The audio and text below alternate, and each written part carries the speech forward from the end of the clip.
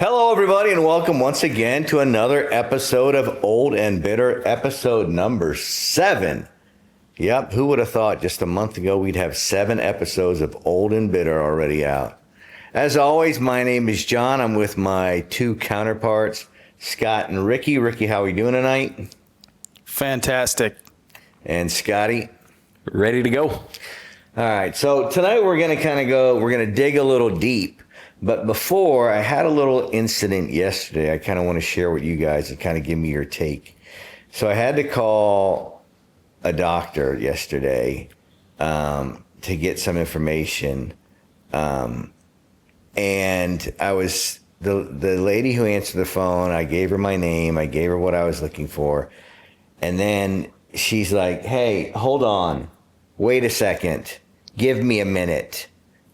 And I'm like sitting there going, wait a minute, wait, hold on, give you a minute, wait a second.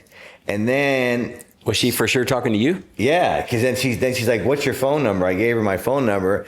And then I could hear her just set the phone down on like the desk. And then like she was shuffling papers. And then she's like, what's your name again? Oh, just wait a second. Can you wait a second? And then when she finally gave me the information, I just like... Okay, hey, thanks, have a great day. Okay, you have a great day too. Is that like some of the worst, like, I guess it's considered customer service? Yeah. Just tell the person you're calling, wait a second, hold on, give me a minute. Is this a doctor? Like, could you hear that what you had called into was the actual doctor's office?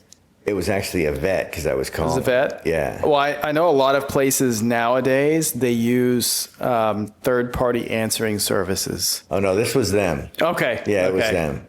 And like you said, I mean, after I got my information, she was very, very nice, but I was just kind of taken back by the, hold on a minute, all right, give me a second. I mean, could you imagine calling like a business and be like, yeah, I need to speak to the CEO. Yeah, hold on, wait a second. What's your name? Give me a second. Yeah, just deal with it. Well, that is a business for them.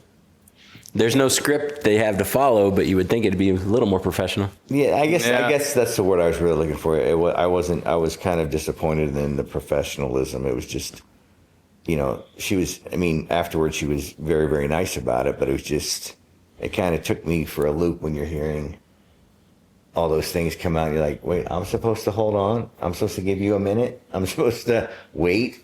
And then why not just put me on hold and then come back? Yeah. And then you hear all these other people in the background talking and so forth. So that was kind of my day, but it all turned out good because the news we got was good. So it was a good day at the vet. I was just kind of looking at that going, man, that kind of threw me for a loop. So anyway, for our listeners, last week we talked about a whole bunch of different things.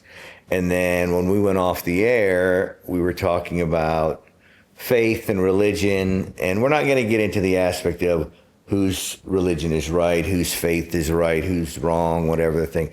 But I was telling Scott and Ricky, I said, past couple nights I've had these so-called dreams, or even where I wake myself up. And it's just like, okay, after you perish, when you die, where do you go? It's just like, is your mind still there? Is it something that still takes place? Can you still see things? Can you still hear things? Or is it just lights out, kind of like, it's over and done with?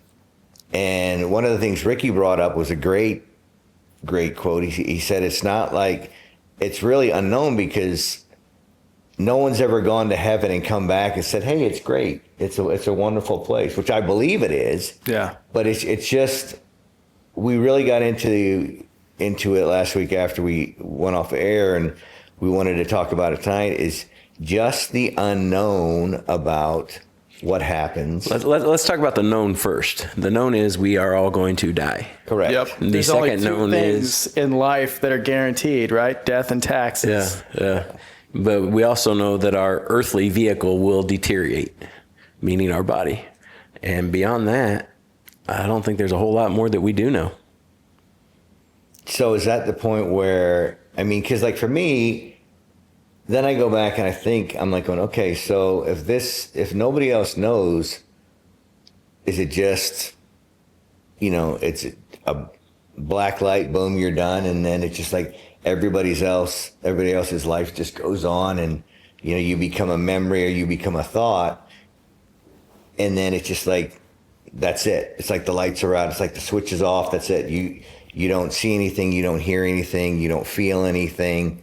We all have our faith where, hey, yes, I think when it's my time, I'm going to go to heaven, or, I'm going to, go see family members who I've lost, whatever, see dogs that I've, lost through the Rainbow Bridge, that they're up there waiting. That's how I believe. But for some reason, and I've just had these thoughts where it's just like, what really happens? Mm-hmm. Let me ask you this. If you could find out what really happens, would you want to know? Yeah, because I would say yeah, because I think what scared me is when I woke up, it was, like Ricky said last week, it's the unknown. Yeah. It's not knowing. And like someone said, hey, all right, you can talk to the psychic, and they're 100% correct, but they're going to tell you what's going to happen in your life and when you're going to die. Do you want to know that? Nope, I don't want to know any of that. Yeah, I don't want to know any of that. I don't want to know that. That part of the unknown of not knowing, what heaven is like, or, even if I'm not doubting, but if there even is a heaven, or if it's just written in the books, those are the things that just kind of like really questioned me when I noticed it happen like 3 or 4 times in like a 2-week span, where you wake up and it's just like, talking to my wife, she's like, well, what do you think happens? I go, well, my faith is that you go up to heaven and you're with God, and you can look over your family and do what you can to protect them as an angel, whatever, however you want to look at it. But that part just kind of like, for some reason, just got put on the back burner, because I'm like, I don't know. Nobody knows. So do we just put everything in our faith? Yeah. Well, I think that's kind of the whole point. I think that's the definition of faith, really, is believing what we believe. And I guess for the record, we're all Catholics here. So, we all have pretty similar beliefs. But believing what we believe without the empirical evidence of that knowledge, of knowing. And there's a difference of knowing, and there's a difference of believing, for sure. There were a bunch of people, and whatever your faith is, whatever your beliefs are about death and the afterlife, or if there is one, or if there's not one, there were a bunch of people who saw, what Jesus did, saw the miracles he performed, saw that he was who he said he was, and knew him, but still didn't believe.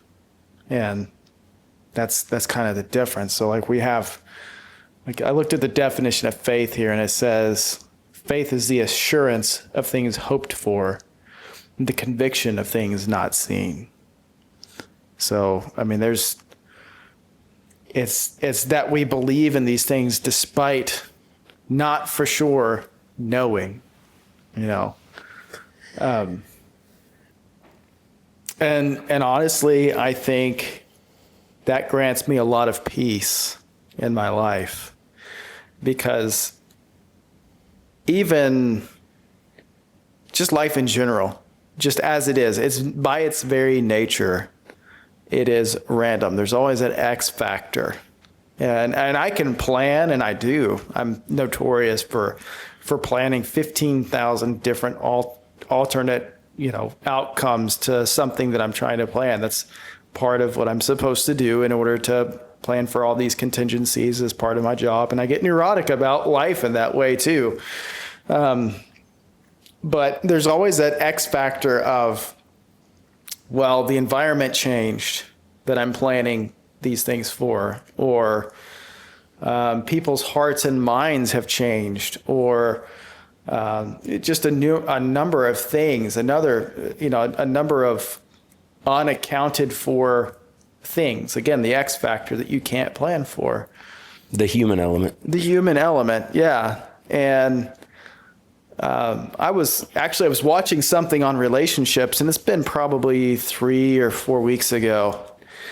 And it was about how to become comfortable in getting out there again, basically. And the whole point was, you got to be okay with the fact of being unsure about things. You got to be detached from results, was the whole point. And finding peace in uncertainty, because you know that you've been through uncertainty before and you've made it out this far. And so you can be rest assured that you can make it through uncertainty again because you have been in the future. But that's where our faith comes from, is the fact that, at least for me, and I can't speak for everyone else, but at least for me, I believe that the uncertainty I've gone through, or that I'm going to go through rather, there is somebody who sees the big picture and therefore has already been there. As it says, they're going to make a way for you, that he's already walked down that path that he's leading us down. And so having that faith of, okay, well, I'm uncertain about it because I've not walked that path, but I know that you have. So regardless as to how it ends, I'm okay. But nobody knows. And I think that's kind of what the point is. Nobody has ever died for sure. I know that I've read reports, and I think probably everyone in this room has, and probably most of us, whoever's listening, has, of near-death experiences where people have flatlined for however many minutes, and they've had visions. And there are some similarities in a lot of them, but then there are also a lot of differences in a lot of them too that I've read. Some of them go and they see ancestors and stuff like that. Some of them are transported to different places. Some of them talk to different entities. There's a lot of variability to every single one of these stories that I've read and watched and seen. I think one of the most consistent ones, the consistent parts of the stories that they tell, though, is that there is a bright light that they walk towards. What about the people? Because, not everybody believes in the Bible either. Yeah. So they look at it from a standpoint of like, this isn't true. This is just writings from some people that just carried on through the past year after year, centuries after centuries, and people followed it and started to believe it and so forth. At any point in time, do you ever question that? Do you ever question whether the Bible is even real, or is it something that you believe in? Like for me, I believe it. That's how I grew up. Being a Catholic, my mom is a very, very strong Catholic and did everything that we were supposed to as kids. But then, you look at that aspect of it, and then the other side that I kind of struggle with is where I've seen people, and I don't mean this in a negative way, so don't take this in any way, shape, or form as negative, where it's like, how these people are, their behavior, and then all of a sudden, like overnight, it's just, I've been saved and all this other stuff. And I'm like, but you don't even know anything about what you're talking about. But then you're sitting there doing all this stuff, or you're maybe you're a womanizer or something else. And then all of a sudden it's just like, oh, well, you know what? Now I've changed. And there's countless stories out there about people with like deathbed conversion stories. Yeah. Right? They know they're getting ready to die. They're on their deathbed. And then all of a sudden they've been an atheist, whatever. And then all of a sudden they find faith. So, someone like that compared to a believer that's had that faith all along, to me, that's kind of like going back to that scripture passage, the 99. And if one is lost, would you leave those 99 and go get that one, as long as someone comes around to the faith? But you're saying it's... Are you trying to put judgment in there? Like, is it real, or is their faith real, or is it just their own deathbed now? Or just in case this whole thing's real, I want to be on the right side of things. Yeah. Well, no, exactly. Or like an insurance plan. I'm trying to make insurance plan at the deathbed. In no way, shape, or form, being negative. It's like, all right, I'm going to try to let people know I'm trying to do the right thing or say the right thing. Because I've had friends where it's just like, never went to church, never did anything. use language like you wouldn't want to be around, and then all of a sudden, next thing you know, it's like, oh, I found Jesus. But then still is the same person goes out, drinks a ton, does all that other stuff. And it's almost like, are you saying it to attract people, or is this what you're really doing? Because if it's what you're really doing, that's great. And even if it's not, that's okay. That's fine too. Because like what we talked about after the show last week was, you sit there and you see all these things where whether it be on Instagram or any type of social media where, hey, if you don't repeat this prayer, bad things are going to happen to you. Yeah. Every time I look at that, I'm like, okay, first of all, God is not going to make bad things happen to you. So, No. But again, people read that and Yeah. they get sucked into it. Or you have the thing where you get someone who's committed a violent crime and all these negative things that have happened to these people, and they've chosen to be bad people. And then you hear stories of, the thing that breaks my heart the most are the little kids, the young kids, the infants, anybody who's never had a chance to live, and then their lives are taken from them, whether it be, from a disease, whether maybe it was a drunk driver, maybe it was, something else that happened, a tornado or whatever, and not. I would question where it's just like, why does it have to happen to these little tiny innocent children? And that's, Yeah. I think that's where it's just like where it goes back to, I don't question my faith, but it's just I sometimes don't understand it, because it's just like, Yeah. But yet here's a person who's done all these bad things, and but like Scott says, before they're maybe going to the electric chair, I'm saved, I'm with Jesus now, and that's great and all, but it's just like, why does this other stuff have to happen, and why So- do we have to feel this pain? Have you seen the movie God's Not Dead? Either of you? No. I haven't seen. Okay, so I saw it. It's been a long time ago, probably 10 or 12 years ago, I think. I think it's that old. Anyway, there's a quote in there, and Dean Cain plays a character, and he's this businessman, and kind of like what you're talking about. He has a hard heart. He takes advantage of people. That's how he makes his money, the whole thing. And his mom is a devout Christian, always has done everything her entire life, just to try and be in accordance with God. And I think she ends up with dementia and just like almost losing her mind there at the very end. And he kind of poses the same question that you have there. He's like, so how is it that I've lived my life the way that I've lived it, done exactly what I want to do? And yeah, I've hurt people, and yeah, I've run over people, and I don't care. It doesn't bother me at all. It makes no difference. And you've done everything you possibly can to serve God, and here you are, sick and in poor health, and you have no money or anything. How is it? And she said, and this is where faith comes in, right? I think she said, the devil will let you live your life in the way that you want to live it.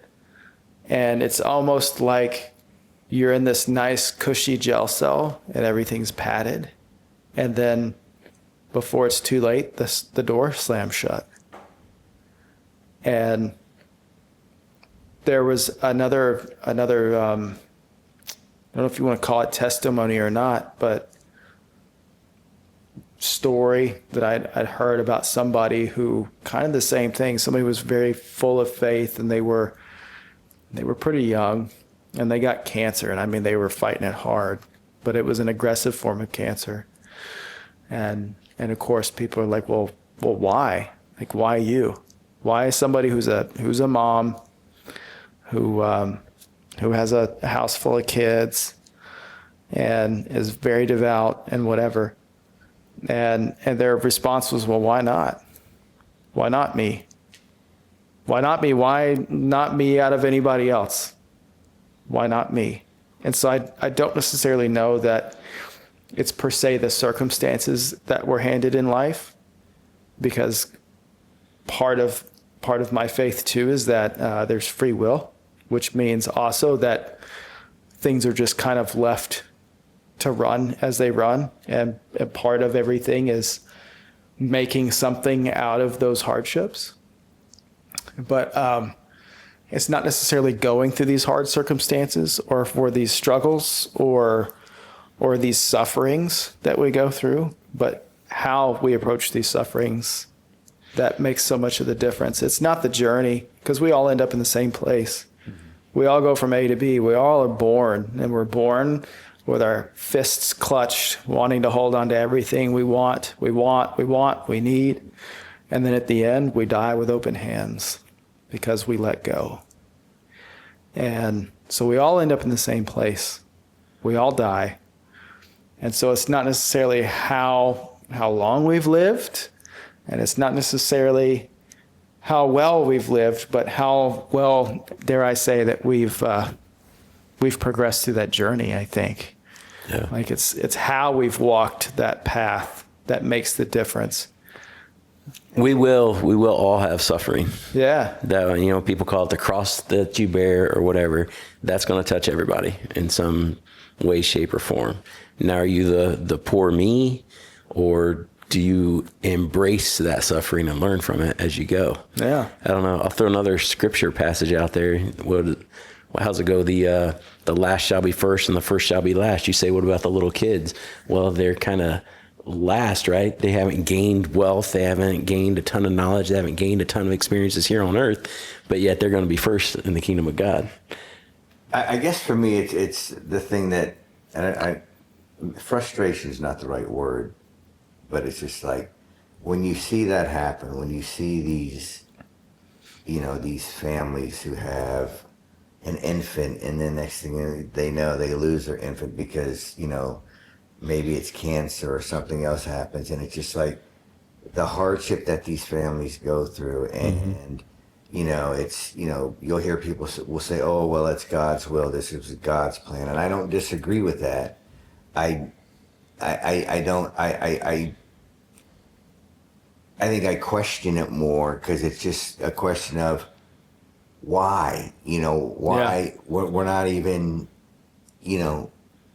6 months, 8 months, 5 years old, 10, 21 years old, whatever the case may be.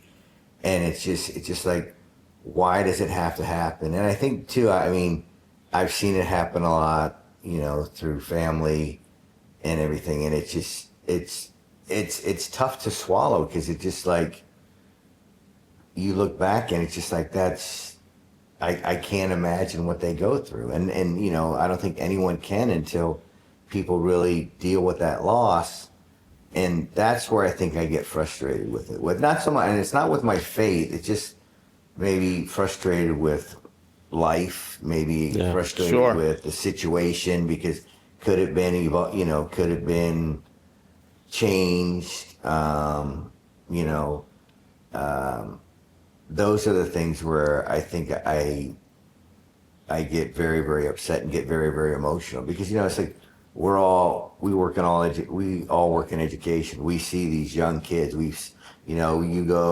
I worked at a college before. I see these young kids, or even you hear about the stories, and it's so heart-wrenching, and you put your faith in God and say, God, hey, if this is your plan, this is your plan. I don't understand it.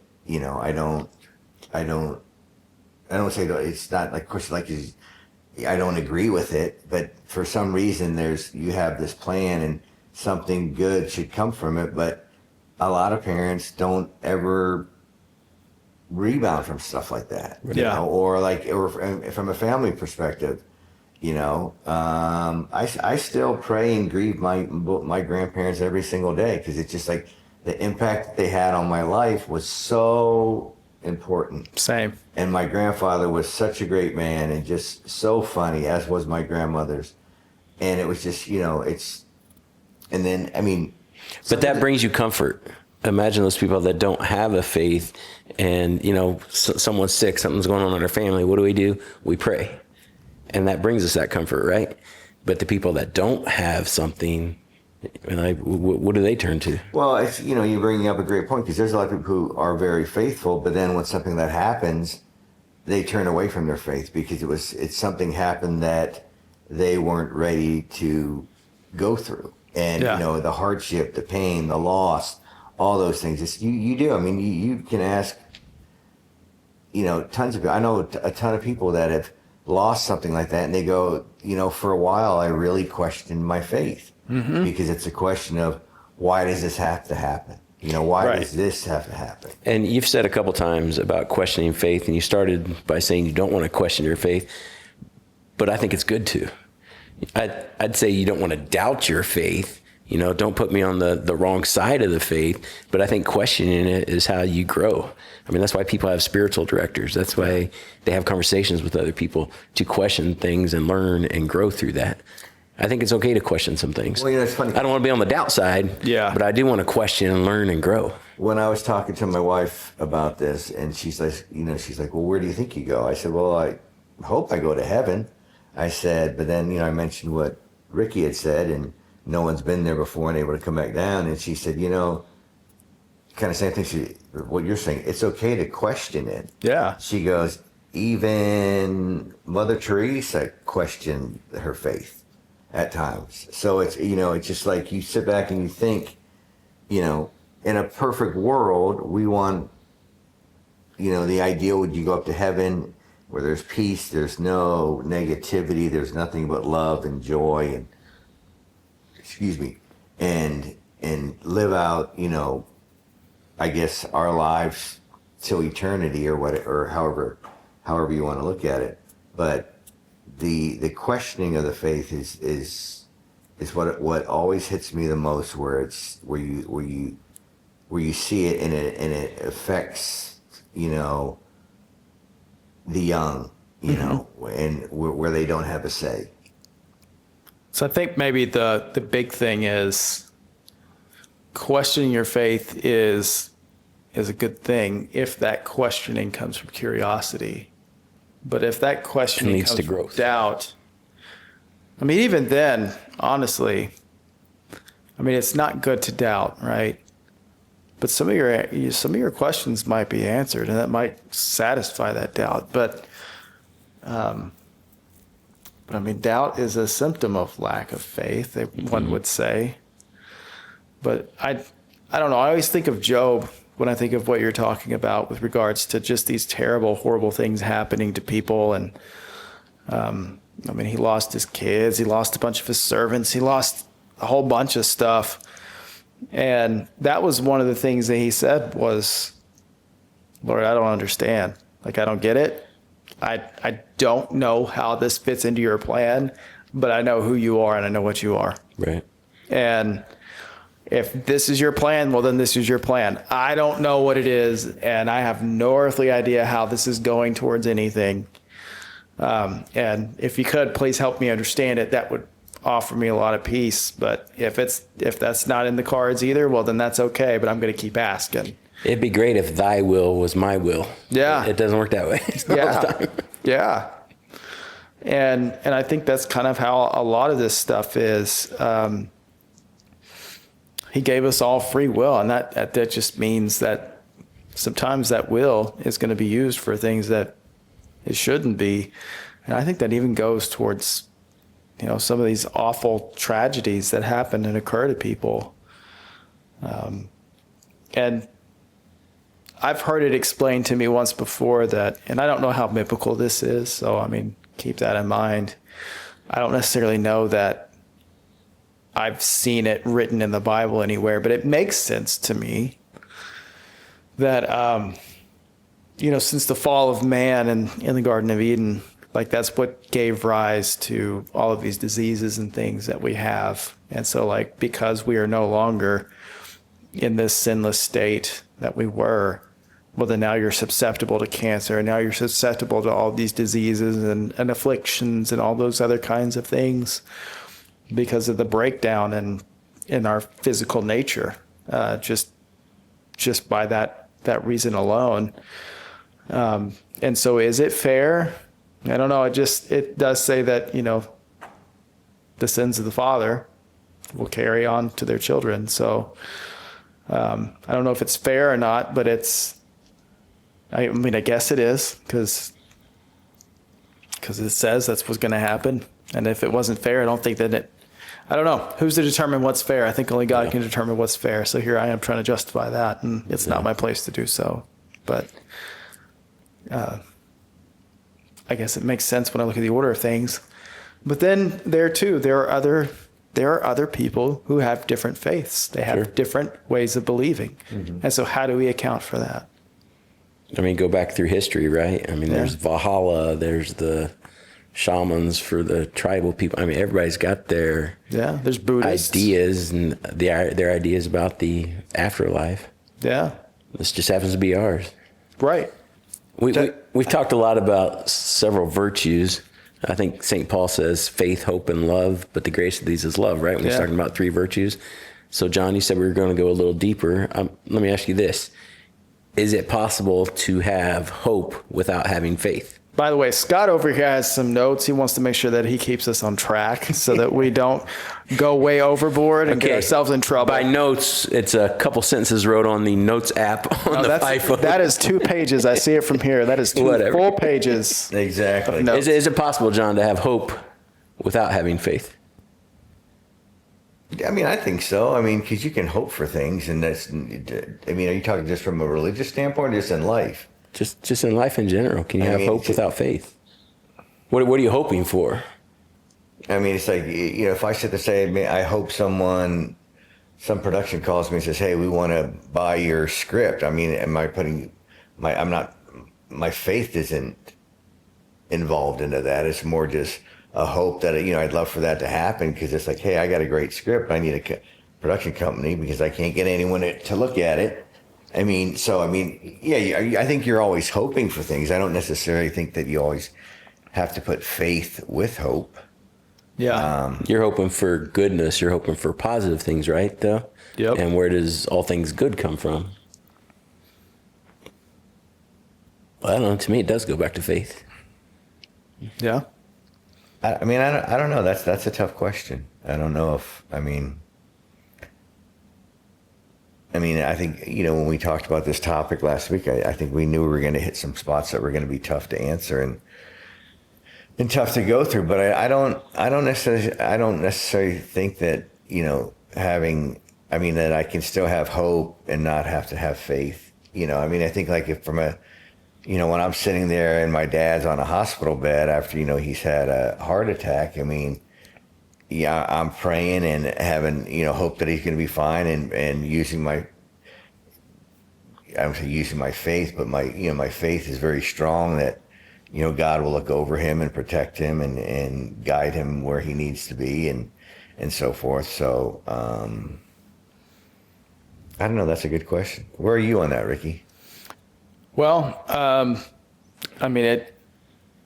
it definitely says faith is defined as confidence in what we hope for and assurance about what we do not see. So I feel like we definitely can hope for things, but we may not have confidence in that hope. And that, I think, is the absence of faith, is when we don't have confidence in the hope and the assurance of the things that we're hoping for. Because, when you hope for something, you're putting your expectations, or not necessarily expectations, but you're putting that anticipation, we call it anticipation, I guess, of something in the future. And you can't anticipate what's already happened, right? And you can't anticipate what's now.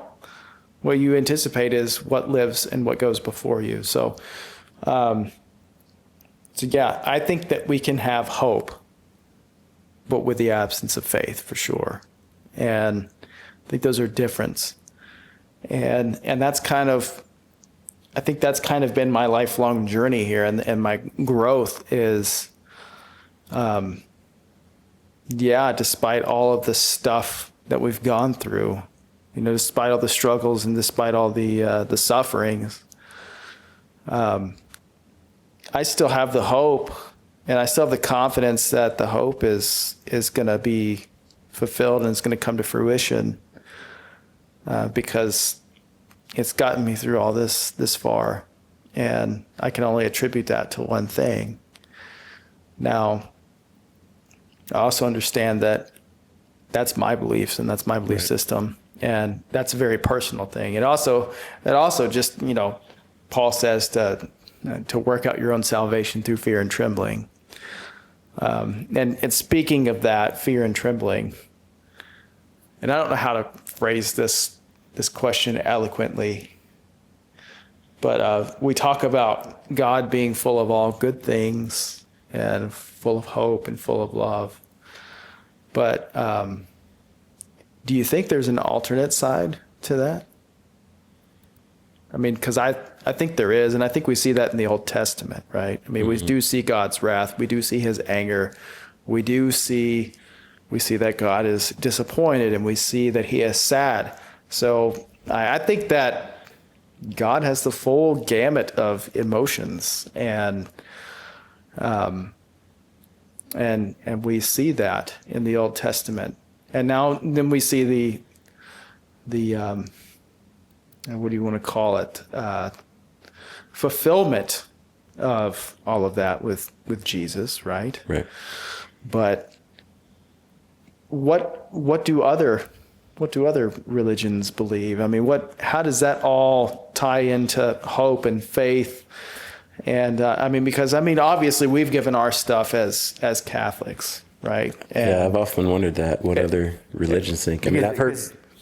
Go ahead. I'm sorry. I've heard people say, "Well, I'm spiritual, but I'm not religious." Yeah.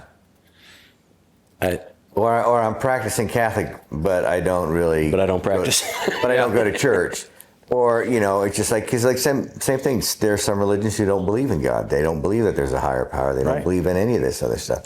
They believe in certain things. So it's just like, that's where it's just like you go back and you think, okay, so is any of this even really true? Or is this just a book that someone started to write for each religion, and then it was just carried on century after century after century? And again, it goes back to like what Ricky said. It's really kind of the unknown. It's whatever you want to put your faith in on how you want to live your life. And to me, there's no right or wrong, because like, if this is how you believe, if this is your faith, then you have every right to live your life and express your faith in that way. There are a lot of potential answers for that one question. This is the answer that I have my own faith and hope in.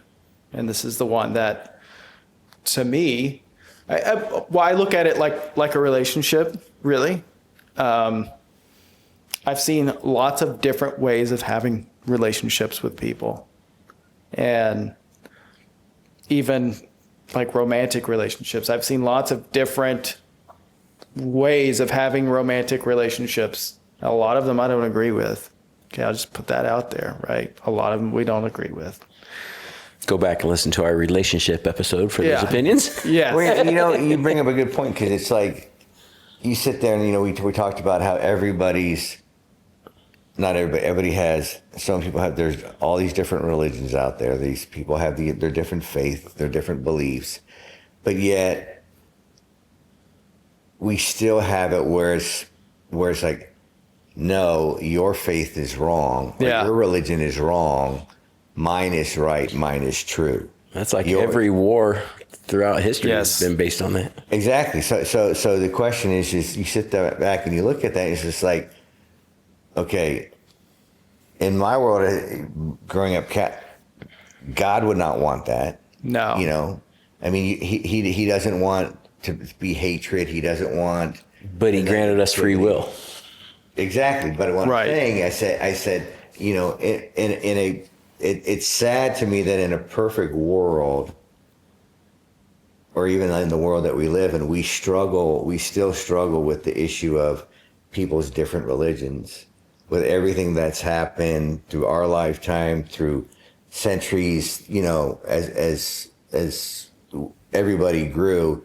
And it's like, we just can't, it's still tough for people to accept certain things, right? Certain religions, certain beliefs. And that's, I think, the two things that really, rub me the wrong way too. Because it's just like, don't question me about my religion. Don't question me about my faith. You do what you want to do. I'm not judging you for anything. But yet there's still so much judgment, and there's so much still hatred and anger and violence and all this other stuff. And it's like, to me, it's sad that we just can't all just, live out our lives with our own beliefs without the negativity from other people or their prejudices or any of these other things, because it affects everybody. It affects the entire world. I mean, we're in 2025 and we're still having wars with other countries, and other countries are fighting over land and all this other stuff. And it's just like, nobody wins in a war. No. You know, nobody wins in any of this stuff. And it's just like, to have a strong faith and a strong belief that everything's going to be okay, which I think is what everybody wants, but there's still people who are going to question that, is really, really tough to swallow at times. I think it's hard for people to accept, like, and I see this too. I think what we all want is the understanding that, hey, I have my faith is personal, it's mine. And you're having a different one doesn't have anything to do with me having mine. And that's okay. And in fact, we can talk about it. And I'd love to hear your thoughts and your opinions and everything, because I love you and I respect you and I want to know you. But that's not going to change how I think or how I feel or where my faith is placed. Right. Yeah. And your having a different faith doesn't endanger mine. I think where we get into problems is where other people believe that other people having a different faith absolutely endangers theirs and is a threat, and that theirs is the only right one. And so everyone else who has a different one is wrong. Right. And there are people who absolutely have that type of faith, that you don't believe the way that I believe, you're wrong. Yeah. And that's a part of my faith, is that if you don't believe the way that we believe, that you are wrong. I mean, like, you're Catholic. Oh, you're Baptist. Oh, you're Buddhist. Oh, no. Yeah. Rather than be like, hey, if that's your religion, that's your faith. That's totally fine. This is my faith, just like you said. I can still be your friend. You can still be my friend. Yeah. You can still be my wife. You can still be my husband, whatever the case may be. We just have different beliefs when it comes to religion. It shouldn't have to be a question of either it's this way or the highway. And I think that's where a lot of the frustration and the anger comes from. I agree. Goes back to respecting people, though, Yeah. because that's respecting their viewpoints as well. It does. Ricky, you were comparing it to a relationship earlier. Yes. What were you saying? Okay, so there are different relationship setups. And I do realize that, I don't know how deep we can go with this, but I'm just going to say it because I don't know how else to say it. I mean, there are different relationship setups. There are people who date or have relationships with other people of the same gender, right? There are people who have relationships with lots of other people. I don't know. But those are the relationship setups that work for them. That's how they are naturally inclined, or whatever else you want to call it. I don't know.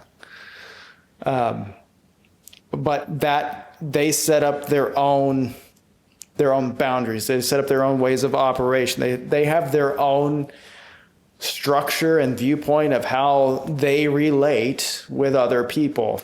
And I believe, to me at least, this is how we relate to our faith, like to what we believe happens after you pass away, after you die. Like, we believe this is the answer to the unknown. I believe that God is the answer to the unknown. It is what set this whole thing in motion. And so what set it in motion is also what's going to be in motion after we're gone.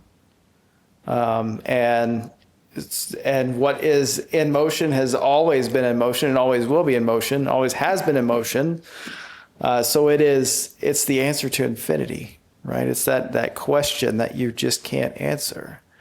And I don't mean to say that God is an it, because he's not, but he's something so big and so large and yet so small and so tiny that God is the only word and the only terminology that we really have to put a label on it, because we're humans. We want to label everything.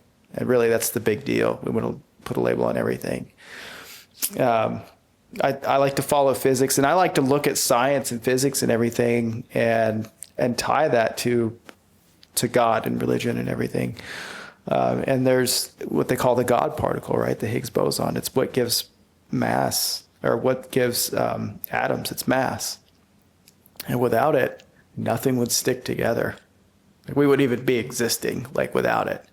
So basically, it is the glue that holds the entire physical world that we see together, which I think is why they called it the God particle. I don't know that for sure.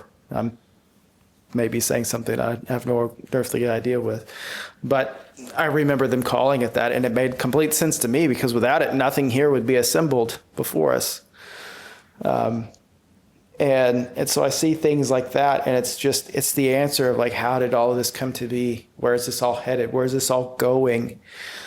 And that's how we relate to that question. That's how we relate to this big ethereal thing that we don't understand. Just like that's how people relate to other people. That's how they have their own structure set up with how they want to live their lives with other people, either romantically or with friends or whatever else. And there's a whole spectrum of different whatevers. But I will say that I've seen a large correlation with how you believe, answering this large question that we're referring to, with how you tend to, do relationships as well. Yeah. And so keep that in mind. And I'm not advocating for anything here by any stretch. It's merely an observation. Yeah. But within our faith, I think one of our biggest jobs is to, as a dad, as a husband, whatever, is to help those people around us, lift each other up to heaven. Right? Absolutely. And I believe it's up to us to share the peace that we I think have. that's what you're getting at when you're talking about the different relationships. Yes. It's is your relationship just between you and your spouse, or is it between you, your spouse, and God? Right. And how do you live that? And is that going to lift your spouse, your kids, yourself, all those things up to heaven? But to the people that don't have a heaven, there's a lot of other what stuff. about the people who only believe in God when they're in dire need of something? Yeah. It's just heaven forbid, hey, I was in an accident, or hey, this happened at my house, or this, it's like they never talk about God until something is negative in their life where they need help. I read somewhere, John, that the most prayers are I need, or please help me with this, or this person's sick, and it's not the prayer of thanks. It's not the prayer of thanksgiving. It's not the prayers of I'm so blessed and fortunate to have this, and this in my life. It's exactly what you're saying. Well, and then prayers of need. the other two is do you believe that God has a path for you? Like me personally, I do, because I think he brings situations in my life that I've seen or that have taken place, but when it comes back to it, it's just I'm where I'm supposed to be, because this is where he wants me to be. Right. He wants me to be, hey, I can do all these other things, but this is where he wants me to be. I mean, I had an audition a couple weeks ago. It was for a brand new show, big show. I was super excited. Did my audition, asked my wife, I said, I need this one. I'm even going to bed, God, please, this is the one for me. This is one. Yeah. I need it. Please, whatever you can do, help me get this. I didn't get it, but then I think back, it's okay, because there's something else out there waiting for me. There's something else out there that he has for me, and when it all comes back, it's just to be a full-time writer and be a full-time actor, and then on top of that, I wouldn't quit what I'm doing, because I have such a passion and stuff, such a love for what I do from a job's perspective. It's just he's got me, he has me in a place where I know I'm supposed to be. Yeah. But I think he also, well, I don't think he knows. He knows what my goals are and what I want. Because there's times when I'll read a script and there's words in it, or stuff like this, or it's hey, you have to play this guy who's a husband and he beats his wife. I'm like, no, I'm not doing that. That's not Yeah. me. I won't do that role because I don't believe in that. Goes against your principles. Yeah. And so it's just like, no, Your values, your faith. Right. yeah. So, those are just a few things, but I think, like Scott brought up too, a lot of people, when they pray, it's, please help me with this, or please help me with this. It's me. Cause I'll be honest. I pray every night. I talk to God every single day. There's times where it's like, I'll be driving, somebody cuts me off and I'll drop a bomb or something. And then I'm like, sorry, God, shouldn't have said that. Yeah. It's just, but that's me. That's how I deal with things, where it's just like, where I know maybe I'm getting too frustrated, or I'm getting upset, or I'm getting angry over situations that I can't control. Like we had talked about last week, where it's like someone cuts you off, are you mad at the person? Are you mad at the car? Are you mad at the situation? Right. So I want to offer something, maybe a different perspective to one of the things you said. Does God have a path for you? And that was always taught to me when I was a little kid. God's got a path for you. He's got a plan. That was the thing. That was what I always heard. Either a plan or a path, right? That was what was always taught to me. And I was always searching for that one, where is it? What do you want? Whatever. Show it to me. Yeah, where is it? Where's the direction? open that door for me. Yeah, and I'm always looking for the path. I'm always looking for the plan or whatever else. And something that I wish somebody had told me and given me the distinction between is, yeah, I think God has a path. And yes, I think God has a plan. But I think we need to take those and set those to the side. Just throw them out. Just toss them away, throw them out. And I know that's going to sound whatever. But God has a purpose for you. It's not the plan and it's not the path. It's the purpose. And the reason I make the distinction between those is because that purpose may change one day to the next. And that might set you on a different path one day to the next. And so if you're constantly searching for that path or for that plan, something that only He knows, then you're going to constantly be in this state of confusion and of searching and of like, I'm not fulfilled here because you've not shown me the blueprint here. What is it? Where are we headed? And regardless, that really what I think that He wants more than anything, or what He's told to me, is just be you. Mm-hmm. Because where you're at, I put you there, and you're there for a reason. Don't change for anybody else. No, don't change for anyone else. You love acting, and that's something that is it's a big passion of yours. And I guarantee you've influenced several people for God, and you've probably have never even known it, in ways that you've never known or never seen or never would have had the opportunity had you not had that passion that led you there. And even through what we're doing here, like right now, right? But the purpose can change from second to second, moment to moment, day to day, and the path that purpose sets you on can change as well. And so just allowing yourself to let go and just do whatever it is you feel like He's leading you to do. Listen to the call. Listening to the call, I think, is the most important part. And it may be something that you would have never even thought of, or, whatever, in that moment's notice. And so, yeah, anyway, what do they say? Burn the boats, toss the script, don't be looking for the blueprint here. Just try and figure out what it is he's got, what purpose He has for you. What is it you're called to do? Right. And always keep that door open, because like you said, it's always going to change. Yeah. But again, you have to make the effort. He can lead you there or give you the idea where you're supposed to go, but you actually have to take those steps to get there. Right. Yeah. And I think a lot of the hardships that we end up going through too end up being things that He's equipping us for, because a lot of the struggles that we go through, what I've heard it said before, and I think it's a beautiful metaphor that, until you've climbed a bunch of those hills, you're not fit enough to climb that big mountain He's got for you up ahead. Yeah. And until you've gone through the forest and cut off a stick, you're not going to be able to use it as a walking cane to get down the valley, the rocky hillside that he's going to have you go through. And so, I mean, he doesn't call the equipped, he equips the called. So like whatever, if you're going through a struggle or something, then I would kind of wonder as to, well, what is this building in me? Is this resilience? Is this patience? Is this understanding? Is this curiosity? What is it that I'm gaining here? Because I guarantee you that gift is going to be used at some point ahead in your future, in some way, form, or fashion. And that being, maybe the path or the blueprint that he has for you up ahead. But